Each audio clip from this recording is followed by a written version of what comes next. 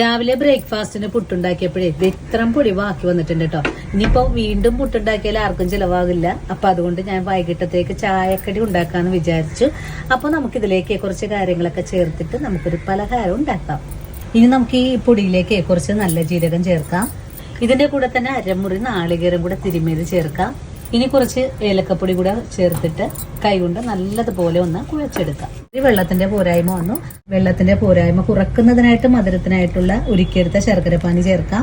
കൈ ഉപയോഗിച്ച് നന്നായിട്ട് തന്നെ കുഴച്ചെടുക്കാം. അങ്ങനെ നമ്മുടെ പൊടി ഇതേപോലെ ഒന്ന് കുഴച്ചെടുത്തിട്ടുണ്ട്. ഈ ഒരു രീതിയിൽ തന്നെയാണ് നമുക്ക് ആവശ്യമായിട്ടുള്ളതും.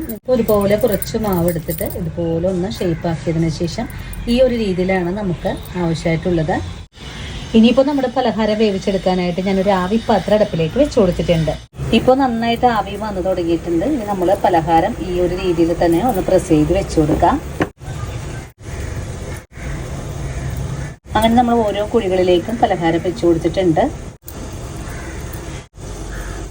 അങ്ങനെ നമ്മളെല്ലാം ഇതുപോലെ ഒന്ന് ഷേപ്പാക്കി വെച്ചിട്ടുണ്ട്. ഇനി നമുക്ക് മൂടി വെച്ചിട്ട് ആവിയിൽ വേവിച്ചെടുക്കാം. ഇനി നമ്മുടെ പാത്രം ഇതുപോലെ ഒന്ന് മൂടിയും കൂടെ വെച്ചു കൊടുക്കുവാണ്.